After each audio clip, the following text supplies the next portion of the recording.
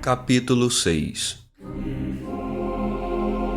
O múltiplo propósito da criação da OTAN, o desmoronamento da União Soviética e os Estados Unidos como Global Cop, a Rússia de Boris Yeltsin, privatização e corrupção, o International Buccaneer capitalismo, confirmação do vaticínio de Trotsky, a emergência dos oligarcas como nova burguesia, o advento de Vladimir Putin e a recuperação da Rússia.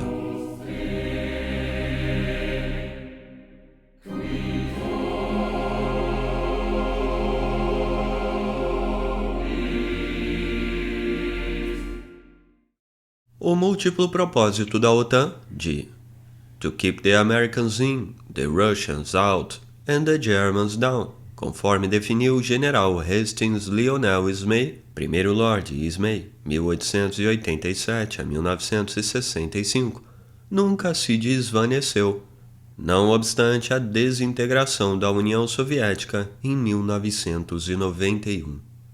O presidente George H. W. Bush, logo após iniciar a Guerra do Golfo, 1990 a 1991, em discurso perante a sessão conjunta do Congresso, em 11 de setembro de 1990, anunciou que, abre aspas, um novo mundo emergirá, mais livre da ameaça do terror, mais forte na busca da justiça e mais seguro na busca da paz, na qual as nações do mundo, Oriente e Ocidente, Norte e Sul, pode prosperar e viver em harmonia.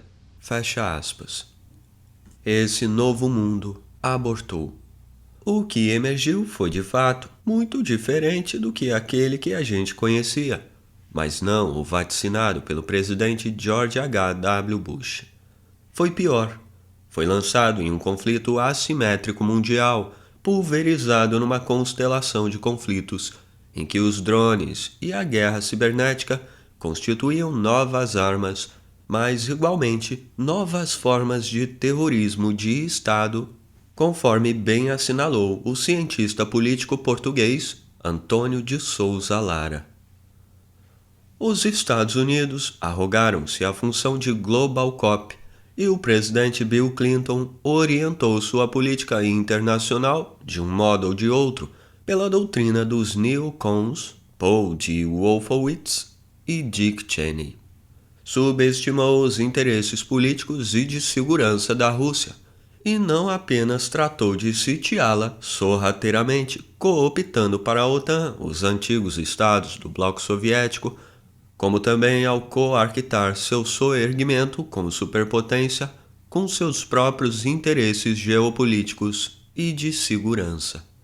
Essa a razão pela qual, intencionalmente e, ou não, as relações dos Estados Unidos com a Rússia, conforme admitiu Robert Gates, foram muito mal administradas após 1993, quando George H. W. Bush, o velho, deixou a presidência. Enquanto o presidente Bill Clinton tratava de estender a jurisdição da OTAN a todo o seu entorno, a Rússia, sob o governo do presidente Boris Yeltsin, de 91 a 1999, passou a chafurdar-se em grave crise em meio à desordem econômica e política resultante das políticas neoliberais ditadas por Washington e da descentralização do poder, cujo monopólio o Partido Comunista exercera desde a fundação da União Soviética em 1922. Boris Yeltsin, secretário-geral do Partido Comunista, havia visitado os Estados Unidos em 1989 e deslumbrara-se com a abundância e variedade de produtos existentes nos supermercados de Houston. Lilia Shevtsova, da Carnegie Endowment for International Peace, comentou que, assim, he became a reformer. Ele se tornou um reformador e foi cooptado por Washington. Daí que, após conquistar o poder, inebriado com o uísque da marca americana Jack Daniels, que fartamente bebera nos Estados Unidos, resolveu empreender na Rússia as reformas políticas e econômicas de caráter neoliberal na direção do capitalismo, enquanto Mikhail Gorbachev, que politicamente o detestava como adversário e como indivíduo, tensionava empreender uma renovação em termos socialistas. Porém, Boris Yeltsin ajudou a quebrar o Partido Comunista, instituiu o free market e promoveu rápida privatização da indústria, gerando uma espécie de International Buccaneer Capitalism, com os oligarcas emergentes da burocracia do Estado Soviético e do Partido Comunista, apossando-se das empresas estatais vendidas em ritmos de sell-off a preços de liquidação. Mais ainda, despedaçou a União Soviética, que possuía uma extensão de 22,4 milhões de quilômetros quadrados, do rio Dnieper, um dos maiores da Europa, de 2.145 quilômetros, e se estendia desde os Montes Urais até o Pacífico, através da Ásia Central, levando a Rússia a perder 5 milhões de quilômetros quadrados. O presidente Boris Yeltsin desempenhou papel instrumental no desmembramento da União Soviética, ao permitir às repúblicas que a integravam se tornarem estados independentes. E para sustentar seu débil governo, os Estados Unidos, desde 1992, forneceram à Rússia mais de 20 bilhões de dólares, diretamente ou através de instituições multilaterais, como o FMI e o Banco Mundial. E o relatório da House of Representatives dos Estados Unidos, emitido em 2002 e intitulado Russia's Road to Corruption: How the Clinton Administration Exported Government Instead of Free Enterprise and Failed the Russian People, ressaltou que desde 1993, ano em que Bill Clinton inaugurou sua administração, a política dos Estados Unidos/Rússia foi gerida pelo vice-presidente Al Gore, através de conversas telefônicas com o presidente Boris Yeltsin, cuja política errática e grotesca lhe desgastou rapidamente o governo ao implementar os princípios neoliberais do Washington Consensus, que consistia na liberalização da economia, estabilização monetária e privatização das empresas estatais. Esse programa foi orientado pelos economistas americanos Jeffrey Sachs e Andrew Schleight, da Harvard University, bem como pelo jurista Jonathan Hay, que assessoravam o vice-primeiro-ministro e ministro das Finanças, Anatoly Borisovich, o Chubai, e serviam secretamente à CIA, segundo o presidente Putin posteriormente denunciou em programa de TV. As medidas econômicas então adotadas fragilizaram ainda mais a Rússia, quase a convertê-la em país subdesenvolvido e periférico, como aconteceu com as demais repúblicas da extinta União Soviética, que passaram a integrar sua sucessora, a Comunidade dos Estados Independentes, SEI, e cujos capitais emigraram para a Europa Ocidental. O presidente Yeltsin, em março de 1996, estava tão entibiado e impopular que o presidente Clinton teve de induzir o IMF a aprovar vultuoso empréstimo à Rússia, no montante de 10,2 bilhões de dólares, para demonstrar o apoio político do Ocidente à sua candidatura, em junho, contra Gennady Zyuganov, candidato do Partido Comunista, e o ultranacionalista Vladimir Zhirinovsky, do Partido Liberal. A campanha eleitoral de Boris Yeltsin, em 1996, foi financiada e organizada por Boris Berezovsky, Roman Abramovich, Anatoly Chubais, Oleg Deripaska, Alexander Mamut, Anatoly Chubais e Egor Gaidar, oligarcas umbilicalmente ligados ao Kremlin. Assim, trataram de angariar fundos.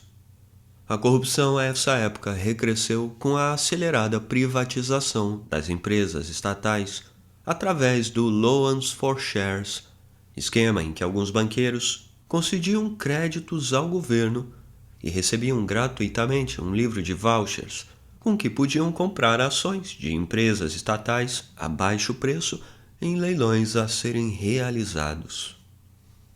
Vladimir Potanin, Boris Nemtsov, líder da União das Forças de Direita, Khodorkovsky e Kaka Bendukidze, dono do grupo industrial Uralmash e Zora, Interalha, foram alguns dos Buccaneer, robber barons, barões do roubo, que usurparam o poder e saquearam as riquezas do país.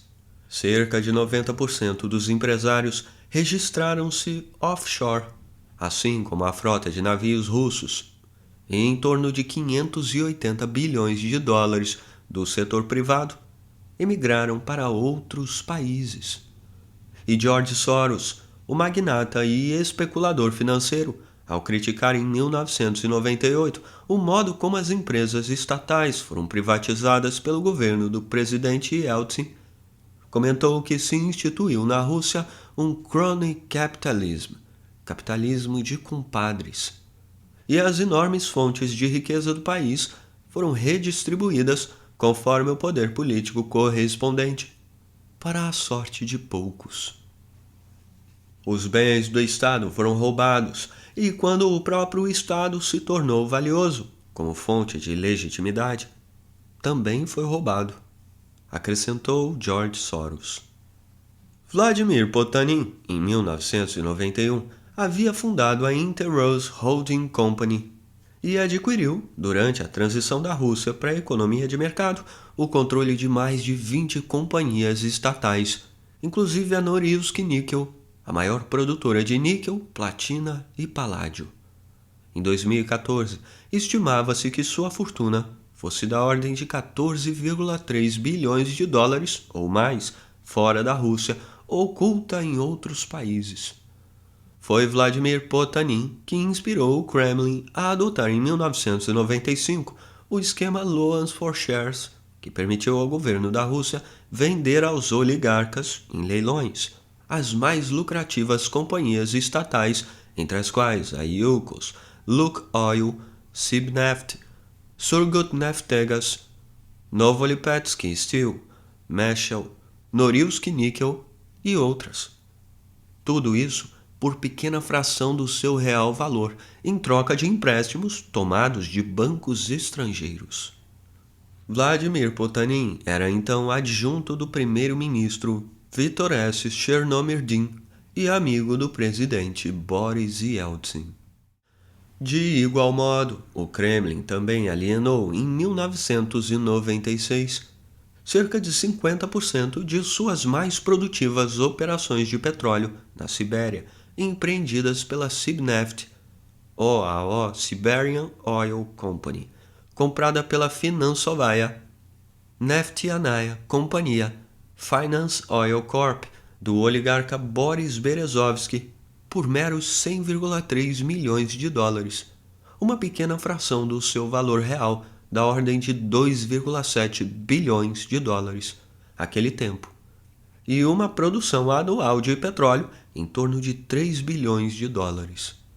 Ele depois passou o controle da companhia ao bilionário Roman Abramovich por 1,3 bilhão.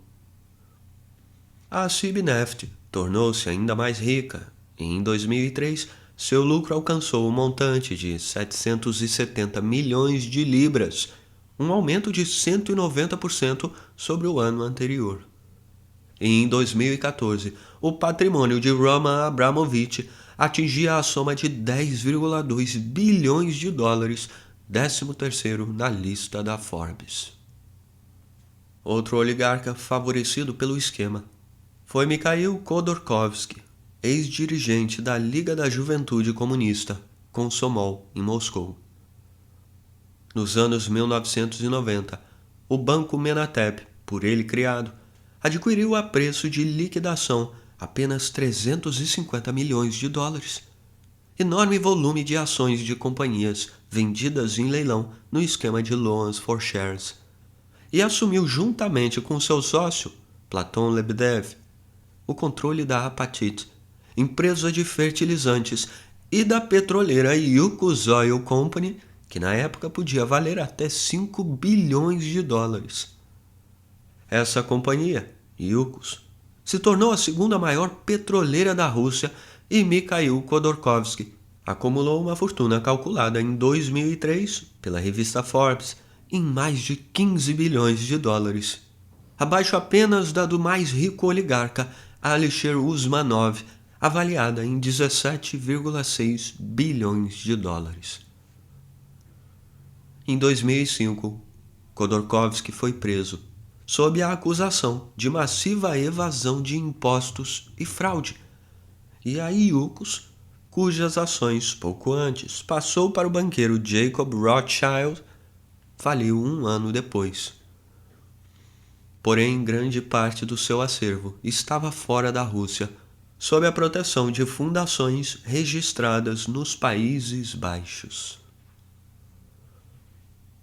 Tal situação fora prevista por Leon Trotsky, companheiro de Lenin e comandante do Exército Vermelho que derrotou as forças contra-revolucionárias na Guerra Civil ocorrida na Rússia entre novembro de 1917 e outubro de 1922.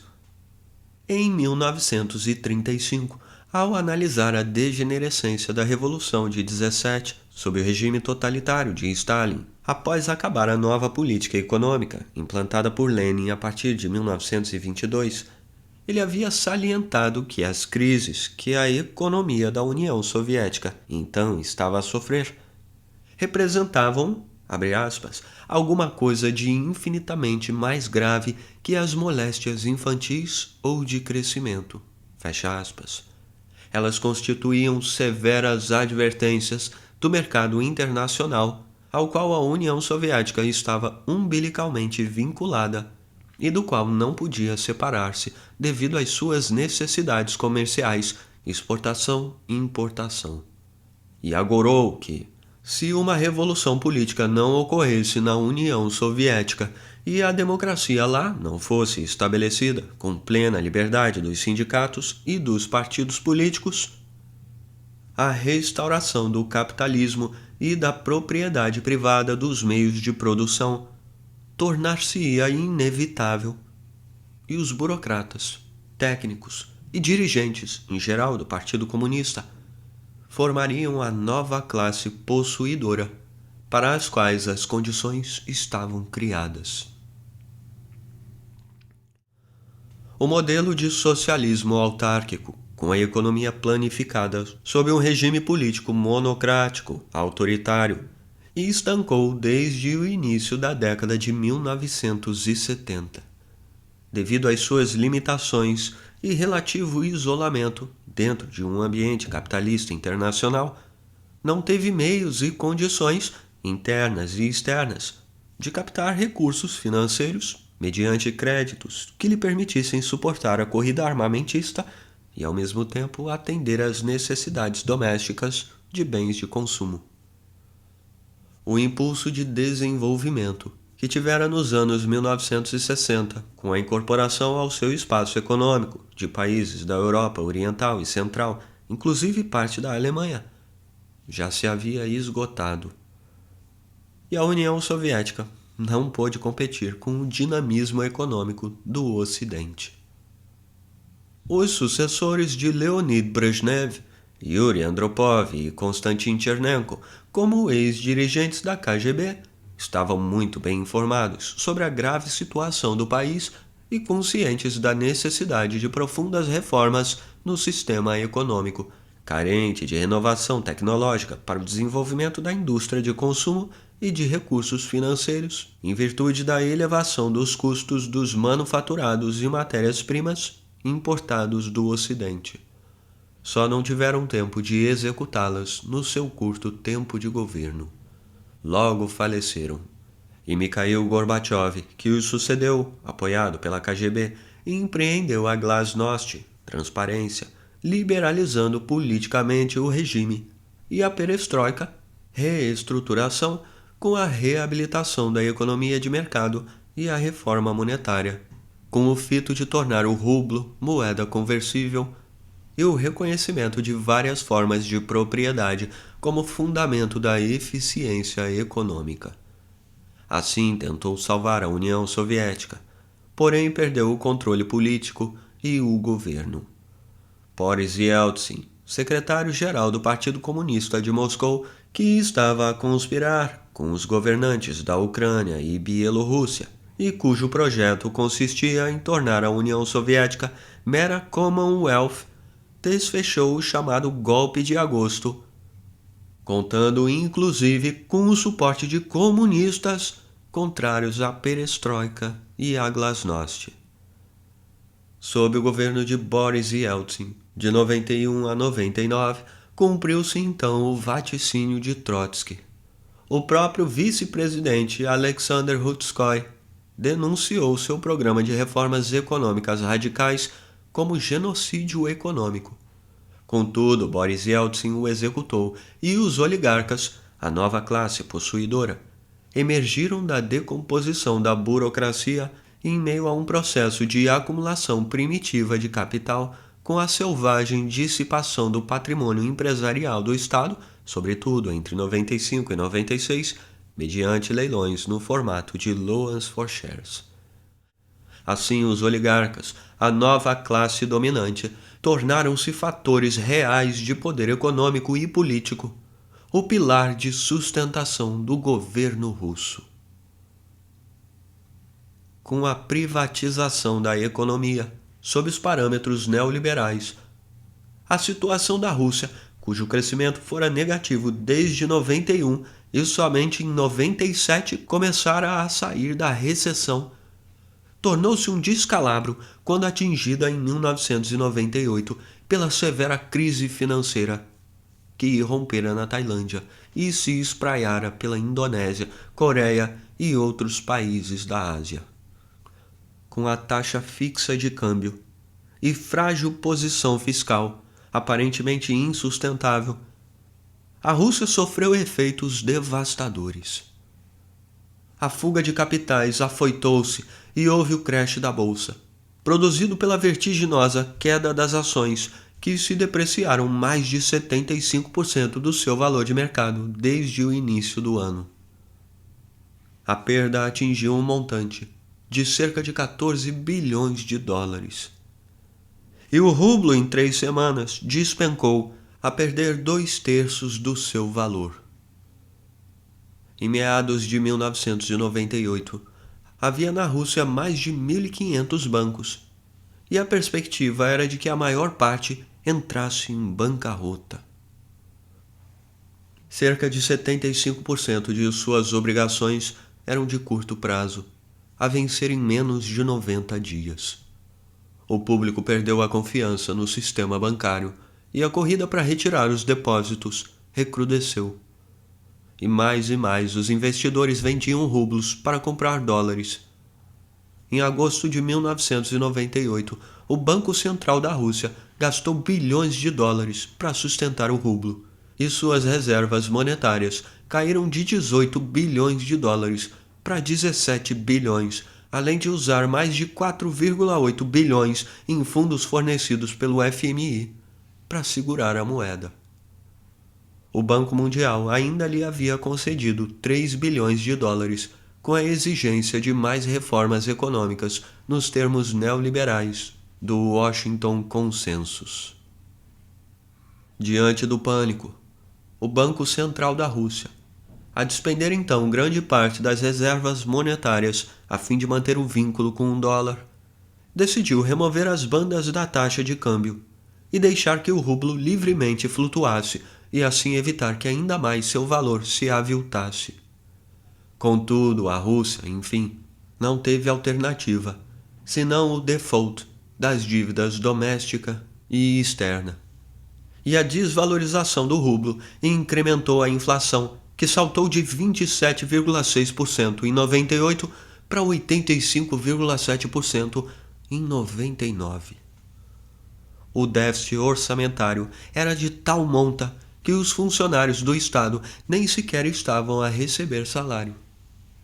O número de pessoas vivendo abaixo da linha de pobreza chegou a alcançar quase 40%, e até o fim de 1998, cerca de 13 milhões, isto é, 7,7% do total da população do país, ficaram sem emprego.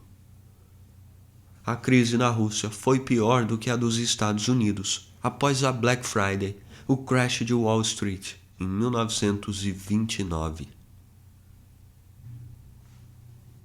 Em agosto de 1998, em face do aprofundamento da crise econômica e financeira e da perspectiva de falência dos bancos, a Duma, isto é, a Câmara Baixa da Assembleia Federal da Rússia, acusou Yeltsin de não tomar as medidas necessárias para proteger os direitos constitucionais dos cidadãos, o que criava real ameaça à integridade territorial, independência e segurança do país.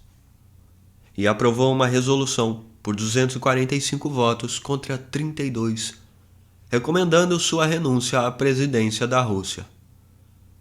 Boris Yeltsin não renunciou.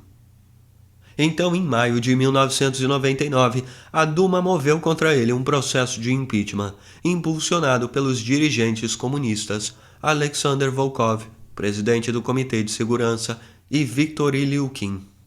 Essa tentativa de derrubá-lo falhou, por não alcançar o quórum. Somente 300 dos 442 membros ativos votaram, dado que, inexplicavelmente, 100 não compareceram à sessão. Em seguida, o presidente Yeltsin destituiu o primeiro-ministro Yevgeny Primakov e substituiu-o por Sergei Stepazin, que assumiu o cargo num momento em que a OTAN estava a bombardear Belgrado em favor dos separatistas do Kosovo. Ele, Yeltsin, havia então percebido e declarou que essa intervenção não representava apenas um golpe contra a Iugoslávia, era também um golpe contra a Rússia, e conclusões daí poderiam ser tiradas. As tensões no relacionamento da Rússia com os Estados Unidos então irromperam, por ser a Iugoslávia/Sérvia sua aliada, e o ataque da OTAN fora unilateralmente decidido por Washington. O presidente Yeltsin, porém, não estava preparado para a confrontação, nem alternativa tinha, em virtude da grave situação econômica e política do país. Sergei Stepazin não se manteve mais que 3 meses no posto. Na manhã de 9 de agosto, o presidente Yeltsin demitiu-o e nomeou seu adjunto, Vladimir Putin, coronel do antigo KGB, o Serviço de Inteligência da União Soviética, que se tornou o 4º primeiro-ministro em 17 meses do seu segundo mandato. Ademais da crise econômica, a escalada da guerra na Chechênia e o avanço dos jihadistas no Daguestão, apoiados secretamente pelo Serviço de Inteligência da Arábia Saudita e pelo MI6 da Grã-Bretanha, foram, inter alia, alguns dos fatores que precipitaram a guerra de Sergei Stepazin. O Daguestão, no Cáucaso, revestia-se de uma dimensão estratégica muito grande para a Rússia, porquanto, através do seu território, passavam oleodutos de óleo e gás do Mar Cáspio, e ela podia manter os vínculos com o Azerbaijão, que se tornara república independente com a desintegração da União Soviética. Daí que, diante de tais contingências, somadas a problemas cardíacos, às dificuldades de uma economia estagnada, a hostilidade da Duma sob controle da oposição e o insucesso militar na guerra contra os separatistas da Chechênia, Boris Yeltsin, na véspera do Ano Novo, 31 de dezembro de 1999, renunciou e entregou o governo a Vladimir Putin, que o exerceu interinamente até ser eleito presidente em 26 de março de 2000. Boris Yeltsin estava com 68 anos e devia terminar seu mandato em junho de 2000. Vladimir Putin nasceu em Leningrado, São Petersburgo, a heróica cidade que resistiu ao cerco das tropas nazistas em torno de 900 dias, de 8 de setembro de 41 até 27 de janeiro de 1944. E não se rendeu, não obstante a morte de 700 mil a 800 mil civis, inclusive 400 mil crianças. Com formação jurídica, graduado em Direito pela Universidade de Leningrado e vasta experiência adquirida durante sua carreira no KGB, do qual era coronel e como diretor do FSB, o Serviço Federal de Segurança, o mais eficiente da Europa, Putin ascendeu ao poder com o apoio dos serviços de inteligência da antiga União Soviética, estropiados pelas reformas da era de Boris Yeltsin. Porém, sob seu governo, as três grandes agências, SVR para as operações no exterior, FSB, encarregada da segurança interna e contra-inteligência, GRU, inteligência militar, logo recuperaram a capacidade de atuação. Durante a década de 2000, o presidente Vladimir Putin promoveu o reerguimento econômico da Rússia, a prosperidade e reduziu dos quase 40% em 1998 para 11%, 2013, estimativa, o número de pessoas que viviam abaixo do nível de pobreza, percentual menor que nos Estados Unidos, onde a estimativa era de 15,1% da população em 2010. No período, a Rússia beneficiou-se dos altos preços do petróleo e do gás no mercado internacional, e seu desenvolvimento industrial foi da ordem de 75%, com ênfase nos setores de alta tecnologia, nuclear e de defesa. Os investimentos nacionais e estrangeiros, sobretudo na indústria automobilística, aumentaram 125% e o PIB cresceu 70%, colocando a Rússia entre as 10 maiores massas econômicas do mundo. E em 2013, embora sua dívida externa fosse da ordem de 714,2 bilhões de dólares, estimativa de 2013, as reservas em moedas fortes e ouro, ocupando a quinta posição entre as maiores do mundo, situavam-se em torno de 469 bilhões a 472 bilhões de dólares, e a sua dívida pública em relação ao PIB era de apenas 12%, muito menor do que nos países da União Europeia. O presidente Vladimir Putin confirmou a posição da Rússia como superpotência energética, graças à política de levar o Estado a assumir o controle de parte substancial da produção de gás e petróleo, com a aquisição de 75% da Sibneft, de propriedade do oligarca Roman Abramovich, pela Gazprom, que lhe pagou 13 bilhões de dólares, bem como de outras fontes de minério, colocando as companhias de energia completamente abertas e transparentes para os investidores. Desta arte, o presidente Putin realizou uma política de compromissos, mediante a intermediação do Estado. Estabilizou a elite política e empreendeu a construção de um sistema econômico híbrido, em que o Estado passou a controlar quase 50% da economia, isto é, os setores estratégicos, empresas de energia, telecomunicações, metalurgia, indústria bélica e nuclear, e deixou para a iniciativa privada a produção de bens de consumo e a agricultura. O Estado, em 2012, controlava ainda 49% do setor bancário e 73% do transporte. A Rússia fora abatida e humilhada com o esbarrondamento da União Soviética e pela corrupta privatização dos bens do Estado esbanjados durante a administração do presidente Yeltsin, em meio à devastadora crise financeira mundial que irrompera na segunda metade dos anos 1990. E como o próprio Gorbachev declarou, referindo-se ao presidente Vladimir Putin, os cidadãos russos deviam lembrar que ele, Putin, salvou a Rússia do colapso, da desintegração, quando no começo muitas regiões tendiam a não reconhecer a nova Constituição de 25 de dezembro de 1993, ratificando a dissolução da União Soviética após o grave conflito institucional entre o presidente Yeltsin e a Duma e o Soviete Supremo.